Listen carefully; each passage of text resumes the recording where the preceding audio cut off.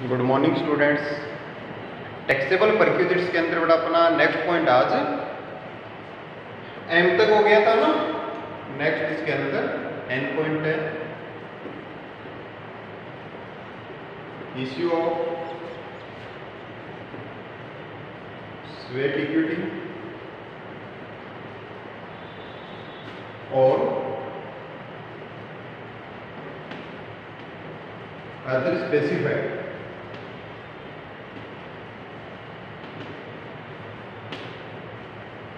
issue of sweat equity or other specified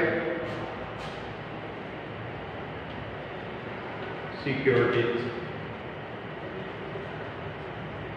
by employer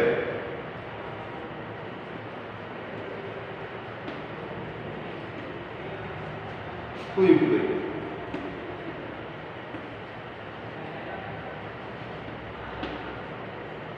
ठीक है।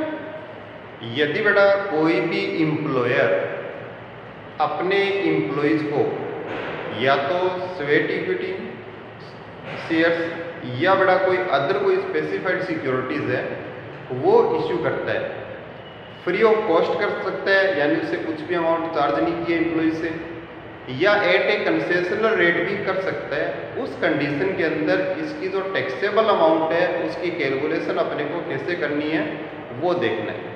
ठीक है, तो इसके अंदर बड़ा अपन कैसे निकाल लेंगे, फेयर मार्केट वैल्यू लेंगे इसके अंदर,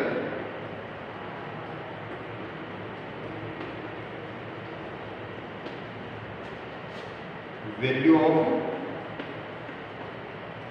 सिक्योरिटीज के अंदर बड़े स्वेट इक्विटी वगैरह दोनों इनकी जो मार्केट वैल्यू है वो ले लेंगे इसके अंदर से। और कोई भी अमाउंट यदि चार्ज करता है एम्प्लॉयर एम्प्लॉय से वो इसमें से माइनस कर देंगे, minus amount charge by employer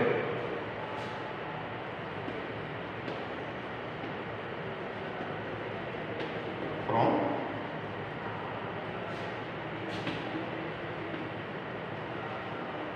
employees. ठीक है, जिस दिन बड़ा ऑफर किया था यानी एम्प्लॉय ने एम्प्लॉय को सिक्योरिटीज देने के लिए अपना ऑफर किया है, उस ऑफर की डेट को उसका मार्केट प्राइस देखना है कि सिक्योरिटीज का मार्केट के अंदर उसकी फेयर मार्केट वैल्यू कितनी है। और उस अमाउंट में से अपन क्या करेंगे, जितनी अमाउंट एम्प्लॉयर ने एम्प्लॉय से चार्ज की है, यानी जो एम्प्लॉयर है एम्प्लॉय से कोई भी अमाउंट अगर चार्ज करता है वो अमाउंट उसमें से अपन क्या कर देंगे, माइनस कर देंगे। बैलेंस अमाउंट क्या हो जाएगी, आपकी टैक्सेबल हो जाएगी। यदि कोई भी अमाउंट अगर इसके अंदर रिकवर्ड नहीं कर रहा है एम्प्लॉय से, उस कंडीशन के अंदर अपन को क्या करना पड़ा, तो उसका फेयर मार्केट वैल्यू है यानी ऑफर की डेट के अंदर जब उसने ऑफर किया है उस डेट का मार्केट प्राइस लेना है। और टैक्सेबिलिटी कब डिसाइड होगी बड़ा, जब उसको इश्यू कर दी जाती है उस स्थिति के अंदर उसकी टैक्सेबिलिटी है वो डिसाइड हो जाती है। डेट ऑफ इश्यू के साथ ही उसकी टैक्सेबिलिटी है, वो ऑफर के साथ नहीं करना है बल्कि इश्यू के डेट से इसको निकालना है। ठीक है, तो ये बड़ा अगर क्वेश्चन में दे रखा है कोई स्पेसिफाइड सिक्योरिटी से रिलेटेड, तो उसका बस ये छोटा सा प्रोविजन है कि फेयर मार्केट वैल्यू देखिए उसका ऑफर के टाइम पर, और जिस डेट को इश्यू कर रहा है उस डेट के अकॉर्डिंग उसका टैक्सेबिलिटी कैलकुलेट कर देंगे। अगर कोई अमाउंट चार्ज कर रहा है वो अमाउंट इसमें से अपन क्या कर देंगे, माइनस कर देंगे। ठीक है, नेक्स्ट पॉइंट है इसके अंदर MNOP, पी पॉइंट है इसका, contribution by employer P point के अंदर अपना contribution by employer to approved superannuation fund. यदि कोई भी एम्प्लॉयर अपने एम्प्लॉय से रिलेटेड यदि कोई सुपर एन्युएशन फंड बना रखा है, सुपर एन्युएशन फंड भी बड़ा एक अपना पेंशन से रिलेटेड फंड है ना, जैसे पीएफ वगैरह उसी तरह से एक फंड होता है, उसके अंदर यदि कोई कंट्रीब्यूशन करता है तो उस स्थिति के अंदर अपना प्रोविजन क्या होगा, यदि वो 1,50,000 रुपये तक का अगर इसमें कंट्रीब्यूशन करता है तो वो अमाउंट फुल्ली एग्जेम्प्टेड होगी, यानी उस पर किसी प्रकार का टैक्स नहीं लगेगा। Excess to ₹1,50,000 in previous year will be taxable. यदि वो 1,50,000 रुपये से यदि ज़्यादा का कंट्रीब्यूशन करता है इस फंड के अंदर, तो वो एक्सेस अमाउंट यानी 1,50,000 रुपये से की जो ज़्यादा अमाउंट है वो अमाउंट बड़ा क्या हो जाएगी, फुल्ली टैक्सेबल हो जाएगी, यानी टैक्सेबल इनकम निकालते समय उसको इसमें शामिल किया जाएगा। ये इसका एक प्रोविजन है नॉर्मल सा।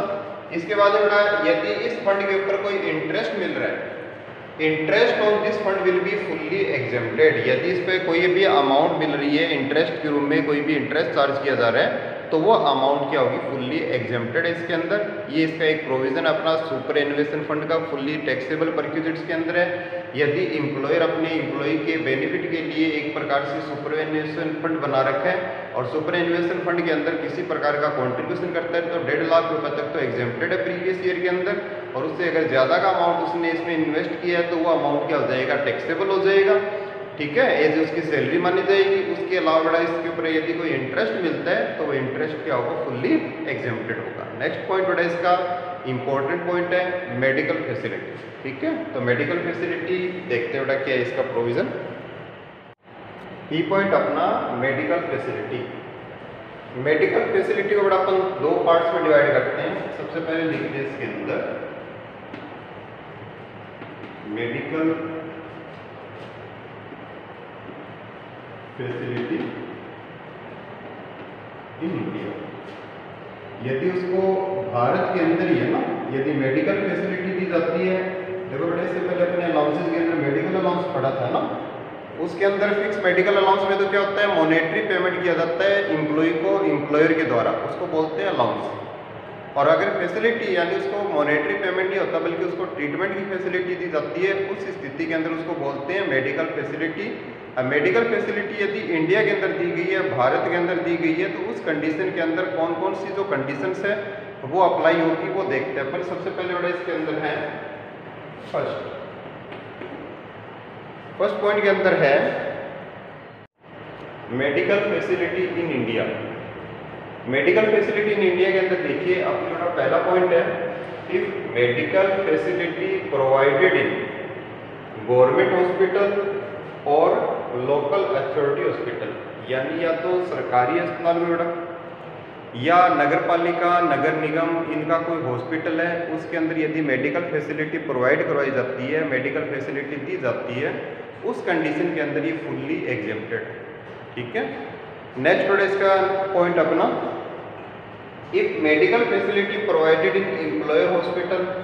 देखिए जहाँ पे एम्प्लॉय वर्क करता है यानी काम करता है, उसके एम्प्लॉय ने एम्प्लॉय के फैसिलिटी के लिए यदि अपना कोई हॉस्पिटल बनवा रखा है, हॉस्पिटल की फैसिलिटी दे रखी है, उस कंडीशन के अंदर बड़ा अपना प्रोविजन है कि यदि एम्प्लॉयर अपने खुद के हॉस्पिटल के अंदर यदि मेडिकल फैसिलिटी देता है तो वो अमाउंट भी क्या होगी, फुल्ली एग्जेम्प्टेड होगी। ठीक है, थर्ड पॉइंट है इसके अंदर, medical facility provided in specific hospital for specific treatment. Specific treatment का मतलब बड़ा यहाँ पे कोई स्पेसिफिक डिजीज है यानी विशेष बीमारियों के इलाज के लिए, जैसे कैंसर वगैरह हार्ट वगैरह की ये जो है ना, ये बड़ा स्पेसिफिक डिजीज के अंदर आती है, तो उनके ट्रीटमेंट के अंदर यदि कोई फैसिलिटी दी है एम्प्लॉयर ने स्पेसिफिक हॉस्पिटल के अंदर और स्पेसिफिक डिजीज के लिए, बीमारियों के लिए, तो उस कंडीशन के अंदर ये भी फुल्ली एग्जेम्प्टेड होगा। ठीक है, नेक्स्ट बड़ा इसके अंदर medical insurance premium paid by employer for employees fully exempted. यदि एम्प्लॉयर अपने एम्प्लॉय से रिलेटेड कोई भी मेडिकल इंश्योरेंस प्रीमियम या ग्रुप इंश्योरेंस प्रीमियम ले रखी है, यानी यदि कोई एम्प्लॉय बीमार हो जाए तो उस कंडीशन में एम्प्लॉयर के ऊपर एक बर्डन ना आए, बल्कि इंश्योरेंस कंपनी उसके ट्रीटमेंट को अरेंज करे, बड़ा इसके ट्रीटमेंट की जो व्यवस्था वो इंश्योरेंस कंपनी करती है। उस स्थिति के अंदर यदि कोई भी प्रीमियम पेड करता है एम्प्लॉयर अपने एम्प्लॉय के लिए, तो वो अमाउंट भी क्या होगी, आपकी फुल्ली एग्जेम्प्टेड होगी।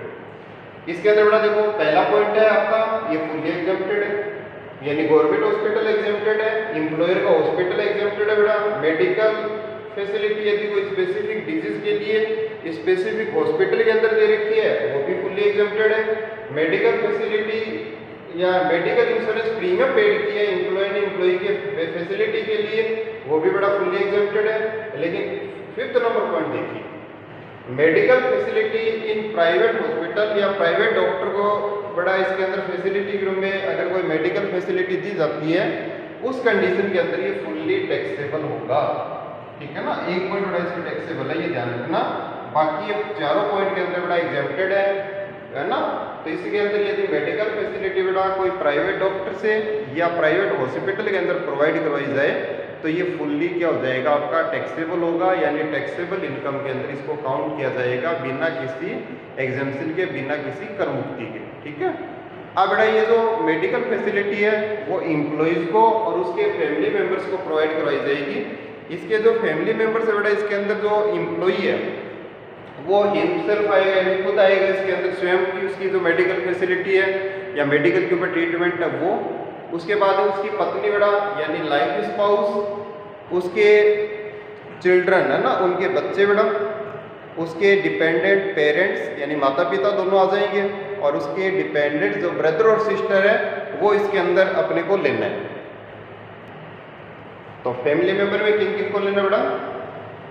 Employee himself, life spouse, childrens, dependent parents है ना उनके माता पिता, और डिपेंडेंट ब्रदर और सिस्टर, ये उसके फैमिली मेंबर के अंदर आएंगे। यदि इनको फैसिलिटी दी जाती है उस कंडीशन के अंदर बड़ा ये एग्जाम्पशन अपने को देखना पड़ेगा कि एग्जाम्पशन दिया जाए या नहीं दिया जाए। यदि इस कंडीशन फिफ्थ वाले में है तो अपन कोई भी एग्जाम्पशन नहीं देंगे, फुल्ली टैक्सेबल है, अदरवाइज ये चारों कंडीशन के अंदर ये एग्जेम्प्टेड है।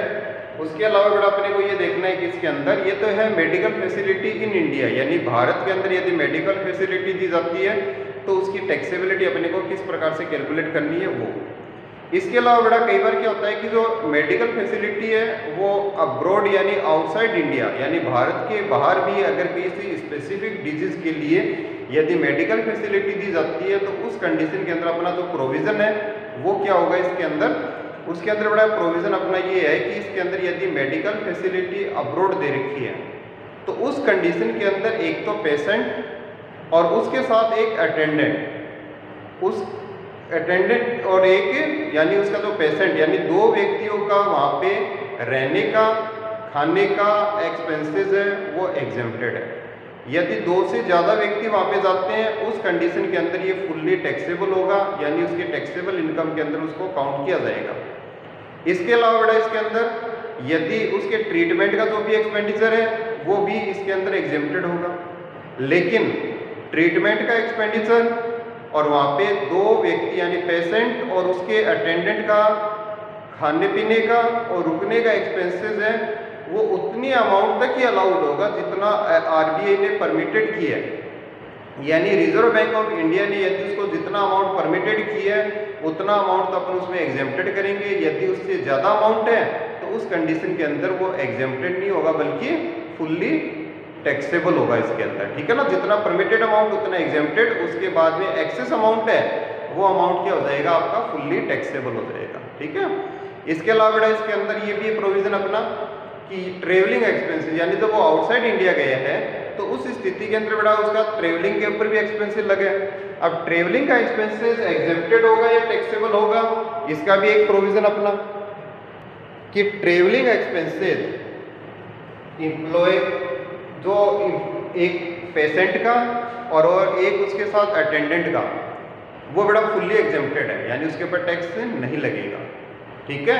लेकिन ये जो अमाउंट है बेटा वो अमाउंट है वो तभी एग्जेम्प्टेड होगी जब ये अमाउंट आरबीआई द्वारा परमिटेड अमाउंट से, यानी सॉरी इसके अंदर बड़ा प्रोविजन अपना थोड़ा चेंज है कि जो ट्रेवलिंग एक्सपेंसेस है वो कब एग्जेम्प्टेड करना है। ट्रेवलिंग एक्सपेंसेस तभी एग्जेम्प्टेड होगा यदि एम्प्लॉई की ग्रॉस टोटल इनकम कैसे कैलकुलेट होती है बेटा कि 5 हेड्स की इनकम अगर अपन कैलकुलेट कर लें, यदि वो 2 लाख से ज़्यादा नहीं है, 2 लाख रुपए तक है, तब तो ट्रेवलिंग एक्सपेंसेस एग्जेम्प्टेड होगा।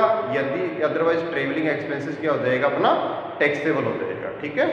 तो ट्रेवलिंग एक्सपेंसेस के लिए बड़ा पेशेंट और एक अटेंडेंट का फुल्ली एग्जेम्प्टेड है, बशर्ते जो एम्प्लॉई है उसकी जो ग्रॉस टोटल इनकम है वो 2 लाख रुपए से ज़्यादा नहीं होनी चाहिए। यदि 2 लाख रुपए से ज़्यादा है तो ट्रेवलिंग एक्सपेंसेस अपना फुल्ली टैक्सेबल हो जाएगा इसके अंदर। ठीक है। तो ये बड़ा प्रोविज़न अपना मेडिकल फैसिलिटी का इन इंडिया और आउटसाइड इंडिया के अंदर अपने को कैसे टैक्सेबल करना है, कैसे कैलकुलेट करना है, ये अपना प्रोविज़न था बेटा मेडिकल फैसिलिटी का। नेक्स्ट क्लास में बेटा इसका नेक्स्ट पॉइंट है वो अपन डिस्कस करेंगे। यहाँ तो यहीं तक करते हैं। ठीक है।